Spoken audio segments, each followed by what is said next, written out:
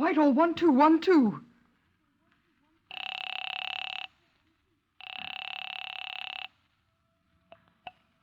This is Scotland Yard.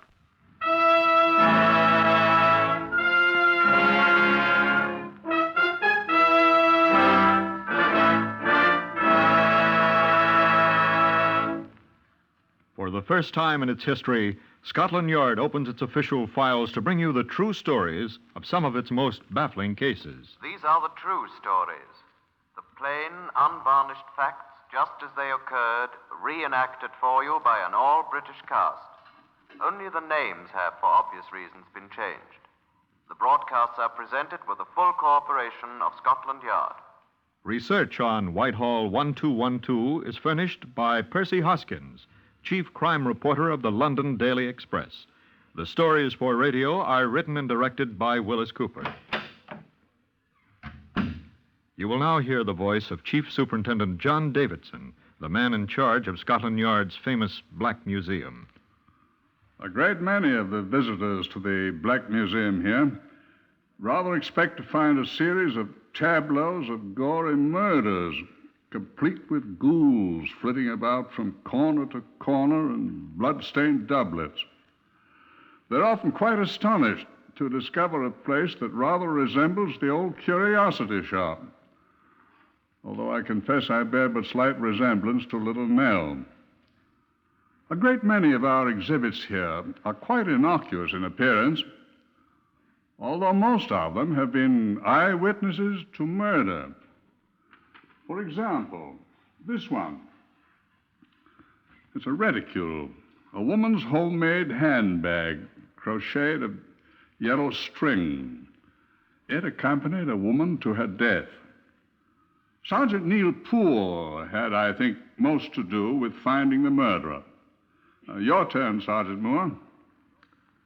This girl was found dead near Maidstone in Kent early on the morning of the 14th of October a few years ago.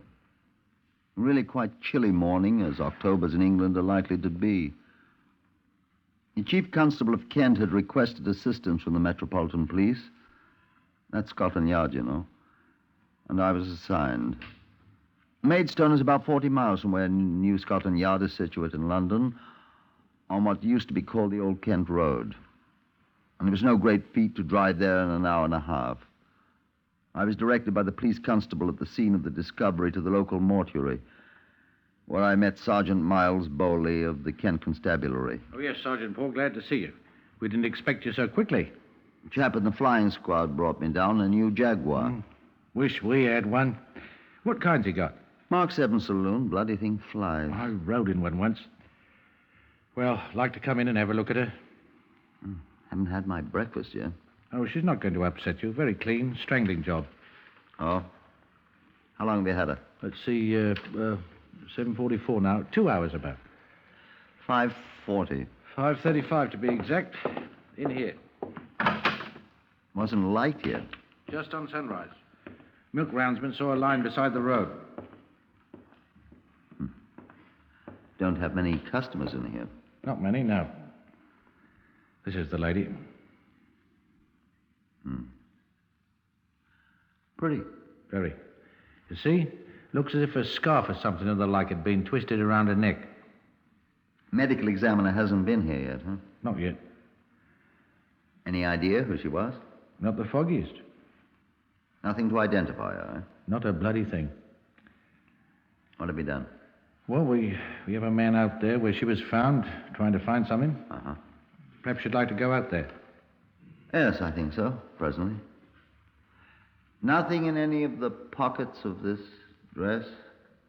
Or did you... Pockets were empty. Had she been... No, lying there quite peacefully. Looked as if she'd been walking along the road and fallen down. You've checked this fellow that found her, of course. Yes, of course, old boy. Odd you didn't recognize her if she's from round here. You'd think a milkman would know everyone. He didn't know her. We'll ask him again when we find who she is. Where's her other shoe? Haven't found it. The constable's looking for it. She certainly wasn't going for a walk in this kind of a shoe. City type.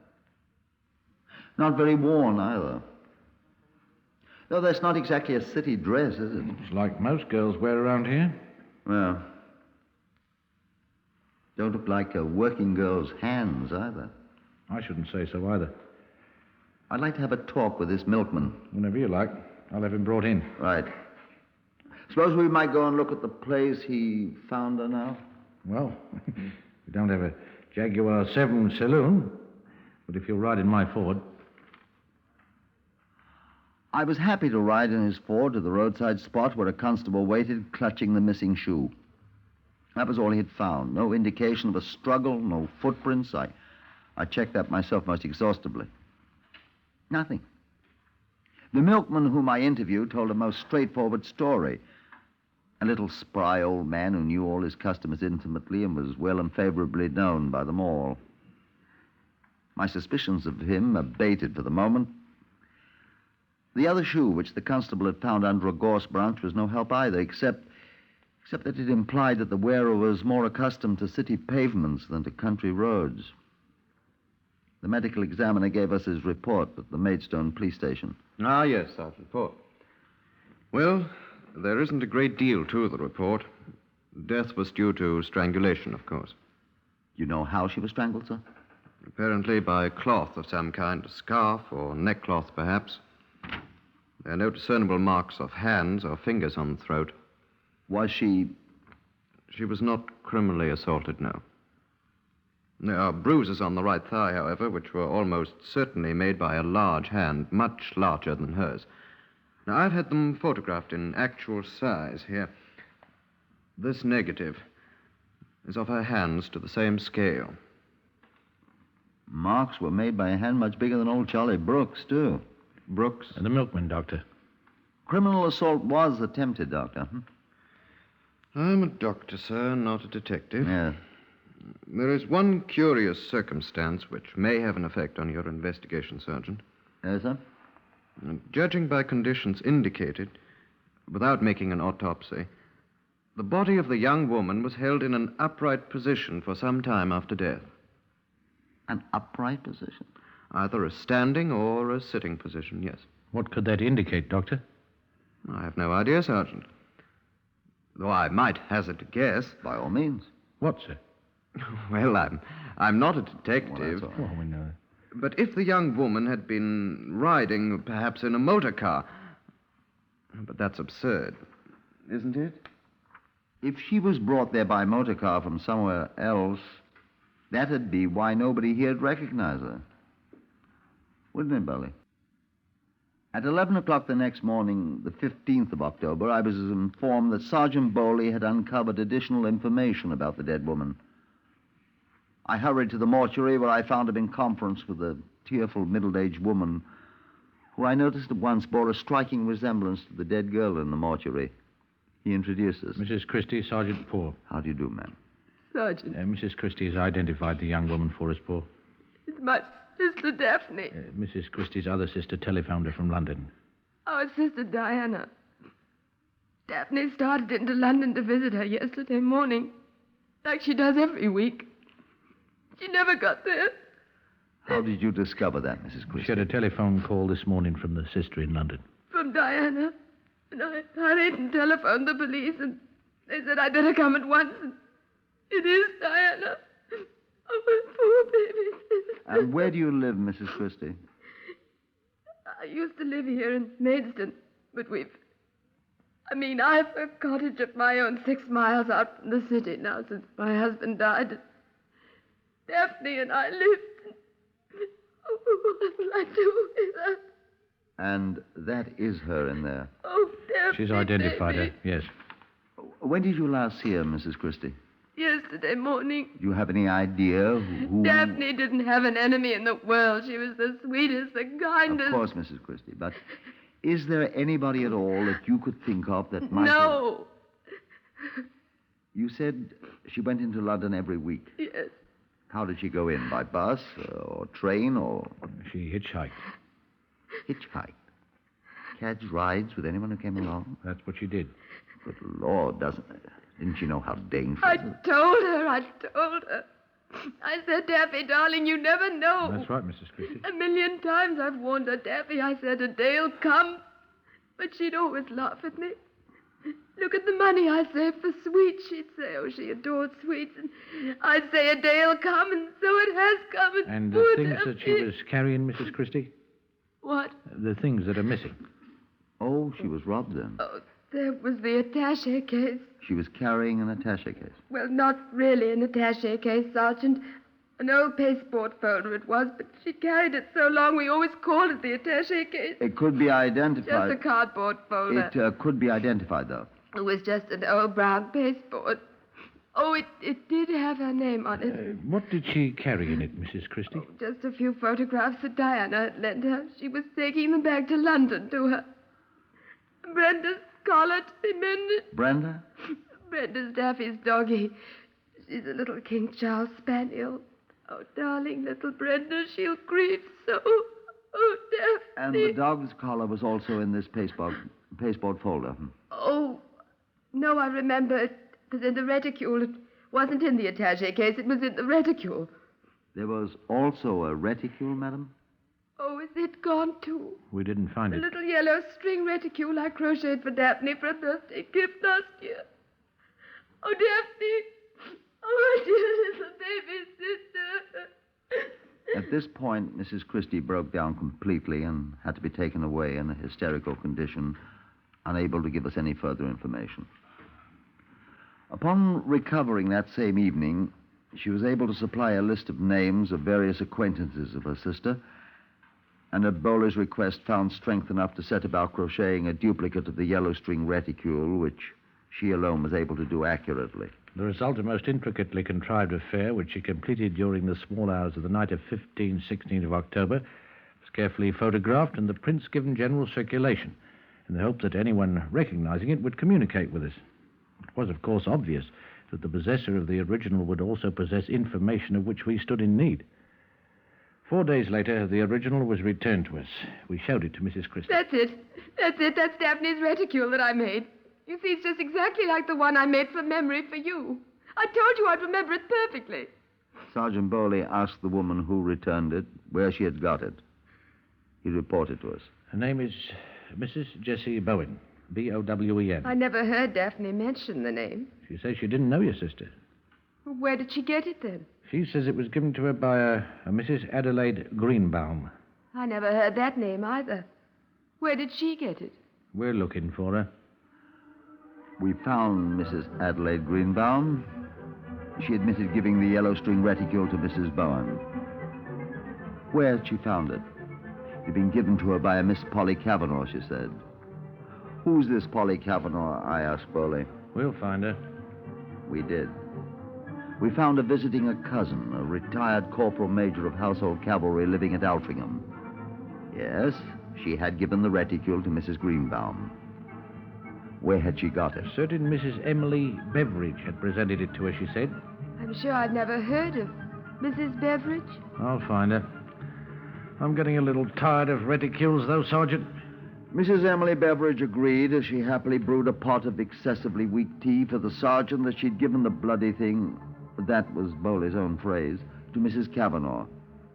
And where had she got it, I asked. You may believe it or not, old boy, but she got it from her nephew, Reginald, she assures me. And Reginald? I have thoughtfully brought Reginald with me. Where is he? Reginald! Sir? Come here. Yes, sir. Yes, sir. This is Reginald, Sergeant Poor. Reginald Apgar, sir. I'm Mrs. Beveridge's nephew. Sit down, young man. Yes, sir. Did you know Miss Daphne, what was her name, Bowley? Cordwainer. Daphne Cordwainer? No, sir. You didn't know her? No, sir. Where did you get her purse? Purse, sir. That yellow string bag you gave your aunt. Oh, that. I found it, sir. When? Why, the 15th of this month, sir. Why are you so sure of that date, young man? It's my Aunt Emily's birthday, sir. I gave it to her as a birthday gift. It's no use to me. Tell him where you found it, Reginald. Oh, floating in Beltane's Tarn, sir. Where? Beltane's Tarn is a pond, Paul. I doubt Beltane the Smith ever was there, sir, but it's supposed to be haunted by him. Tell him where it is, Reginald. Oh. Well, sir, it's about a quarter of a mile from the road. Tell him what road. Oh. The road, sir, where old Charlie Brooks found that girl's body. Tell him what girl's body, Reginald? Oh, well, that Miss Daphne Cordwainer. Well, did you murder her, Reginald? Why, no, sir. I didn't murder her. What were you doing there? Well, sir, I'm a scoutmaster, sir. Speak up. Well, I introduced bird watching in my troop. We've been quite successful, too. I mean, rather bird photography more than bird watching. Do you photograph wildlife, Sergeant? I do not. Go on, Reginald. Well, I'd heard that plover were quite plentiful around Beltane's tarn. The first this year, you know. And having nothing better to do, I took my camera kit. I have an Adams Minex 4x5. Jolly good camera, that. Yes, I'm sure. Will you get to the point, please? Why, no necessity to be rude, sir. I'm getting on. Sorry. Let him tell it his way, Paul. May I go on, sir? If you please. Well, there weren't any plover. I did see a partridge in plumage, though, but he flew away before I could get my camera open. You know an Adams Minex, sir. Wonderful camera, but... I don't know anything about it. Now, please get on with it. Well, then I walked down to the tarn, and there was this thing floating in the water. So I picked it up, wrung it out, and took it home to Aunt Emily. Is this true? On a scout's honor, sir. How did it get there? My dear man, how could I possibly know? That's exactly what I'm trying to find out, young man. I'm sure I don't understand you, sir. It may be that you will in time. Would you be willing to accompany me to this place? To Beltane's tarn, sir. Would you be willing to accompany me and Sergeant Bowley here to this place and help us find whatever else we might be able to find, Reginald? Oh, I forgot to tell you, sir. I found something else, but I doubt it's very important. What? This piece of pasteboard, sir. It's apparently been torn from one of those cheap attache cases. Probably doesn't mean anything. Let's have a look, Paul. Wait a sec. But it's got that name written on it in pencil. What name? Daphne. Look. See? Here. Yes, I see. Reginald, would you mind waiting a moment out in the other room, please? Not at all, sir.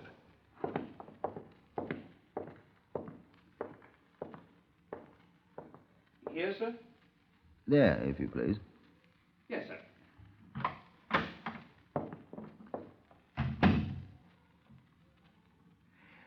There is either the most naive young man I've ever seen, Bowley, Think so? or the wickedest. Do you think he's too young to hang, old boy? And so, clambering over hill and dale in the manner of a Red Indian, I followed Reginald Apgar from the spot where the body was found, in search of Beltane's tarn. Miles Bowley followed doggedly in trace, grunting like the behemoth of Holy Writ. This time of the year, the Kentish countryside is suitable only for hares, underbrush, plover, and youthful scoutmasters, not for policemen in their piety. How much further is it, in Gog's name? Quarter of a mile from the road, Reginald said. Where's he gone? Don't ask me. Probably coursing up and down like a blasted ferret. I don't think ferrets course. Yeah, neither do I. Call him. Reginald! Reginald! Reginald! Gone away, the little blighter. Reginald! Why on earth you wanted to come out here with him is more than I'll ever know, Paul. It's a good spot for a confession, old boy. Reginald! I wouldn't believe there's country like this left in England. Reginald! Calling me, sir. Reginald. Where have you been? On the other side of the wall, sir. Wall? What wall? Oh, there's a wall across the path here. It's only 9 or 10 feet high. And 9 or 10 feet? Can't we go round it? Well, why not? Oh, it's 2 miles long. Too much trouble. But we can hop over it. Come along, follow me. Hey, Reginald. Wait. Yes, sir. Is this the only way to that blasted lake? Yes, sir. The only way? Oh, it isn't far now, sir, after we climb the wall. Let's sit down. Oh, my feet. Look here, Reginald. Yes, sir? Where in heaven's name are you now? Up here on top of the wall, sir. Top of the wall. It's not as high as I thought, sir. It's only about 8 feet. Come down here like a human being. Yes, sir. Don't jump on my feet, boy. Those are my feet, sir. You shook the ground. Oh, sorry, sir. Look here, Reginald. Yes, sir. I think the time has come to ask you a question or two. All right, sir. Well, sit down. Yes, sir. I want to ask you, do you really expect us to believe that whoever murdered Daphne Cordwainer took that yellow reticule of hers? What, sir? The little yellow string bag. Oh, yes, sir. Do you expect us to believe that the murderer took that thing and carried it through this infernal underbrush and up over that 15-foot wall? Oh, it's and- only 8 feet, Well, sir. whatever it is, do you expect us to believe that he carried that thing all this way through all this... Impenetrable forest? Yes, just to throw it in the lake down there for the unutterably foolish purpose of making fools of Scotland Yard? And the Kent Constabulary? Reginald? Why, no, sir. What? I expect he threw it in the stream back there by the cider mill, and it floated to the tarn, sir. Sirs? What stream? What cider mill? Why, back there where we started, sir. The cider mill's down the road, on a little by-road. Where? About a mile from Maidstone, where we came in. I thought you knew about it. Did you, Bowley? I remember it years ago, but I'd forgotten. Besides, Bowley, I could kill you cheerfully. poor, I would cheerfully submit. Oh, my feet. What about this stream you're talking about, young Reginald? Oh, it's only a little stream, sir. It runs through the woods. Part of it's underground. Can't tell where it runs until it comes out in the tarn. Never dries up, and it... Could he have thrown those things in the stream? Oh, and- yeah, they'd float right down to the tarn, sir. Come along, I'll show you. How'd we get there? Right back the way we came, sir. My feet. Tisn't far, sir.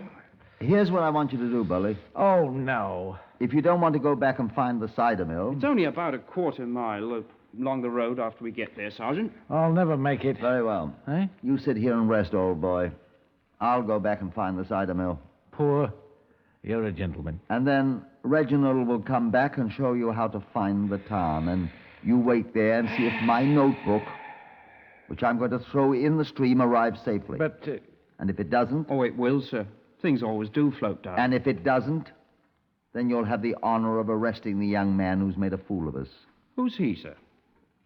Do you see, Bowley? I don't understand. Who's he, sir? Never you mind, Reginald. You'll find out, my boy. So long, Bowley. Hope you're a good wall climber. Reginald showed me the weary way back to the road, to the cider mill, to the stream.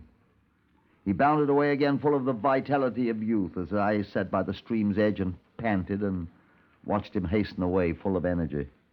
It had taken 20 minutes to shepherd Bowley to Beltane's tarn over the stone wall. It would take half an hour, he said, for anything to float down the stream to its destination in the town. So there was plenty of time.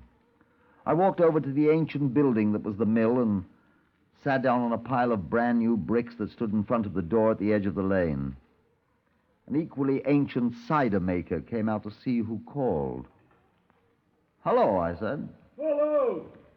Why, you want a sup of cider? I bless you in my prayers, my friend. All right.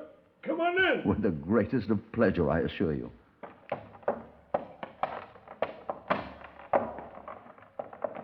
There you are. Help yourself, mate.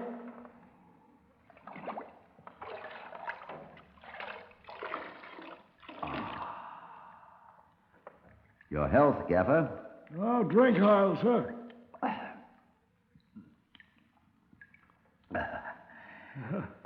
Good, eh? Man. It's quite a journey through the wood just to toss a thing in the tarn stream, eh?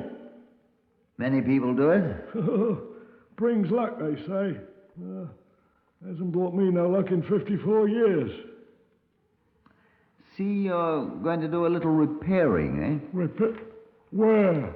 The new bricks, I mean, out there. Bricks don't come from around here, do they? Cambridge. Oh? They've been sitting out there ever since 14th of this month. 14th? 14th, yes. Every man comes here has to try the Tarn stream. Now, that great ox what brought the bricks tore up a cardboard sack and throwed it in. He did? Cardboard sack? Yeah, great envelope like. Oh, everybody throws something in. Brings them luck. Never brought anybody any luck. What is it? Superstition? He throw anything else? This lorry driver that brought you the bricks? By crikey, he did.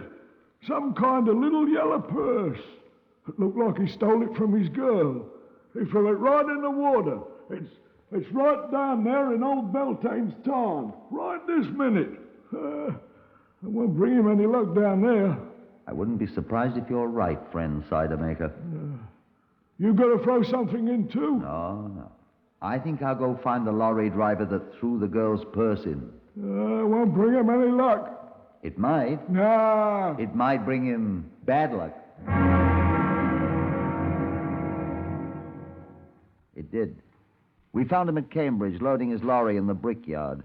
We asked him if he'd killed Daphne Cordwainer. After a while, he said he did. I picked her up to give her a ride. But she was on her way to London. You weren't going to London. Well, she tried to rob me of my purse. She was a thief. Where did you have your purse? What? Why, it was hanging on a peg in the back. And she was stealing it. She was. She attacked me while I was driving. How'd she get back there to steal it? While you were driving? What was your jacket doing back there? Why, I always hang a jacket back there. Where else would you want me to hang? You were driving your lorry at 5 in the morning of a cold October morning. Well, I didn't think it was cold at all. I took my jacket off. It wasn't cold. In the rain? In your shirt sleeves? Well, the rain didn't get in the window, you know. It wasn't cold. My sleeves were down. He had the bad luck to be able to think of nothing but lies. And with the 4 convictions the CRO dug up, all of them for attacking women... He was tried for murder. He was found guilty. He was hanged at Wandsworth Prison in January of the next year.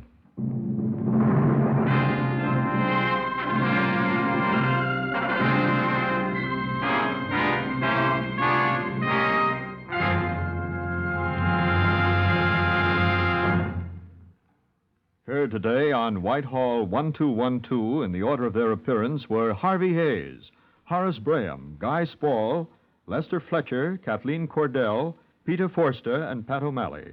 Lionel Rico speaking. Whitehall 1212 is written and directed by Wyllis Cooper.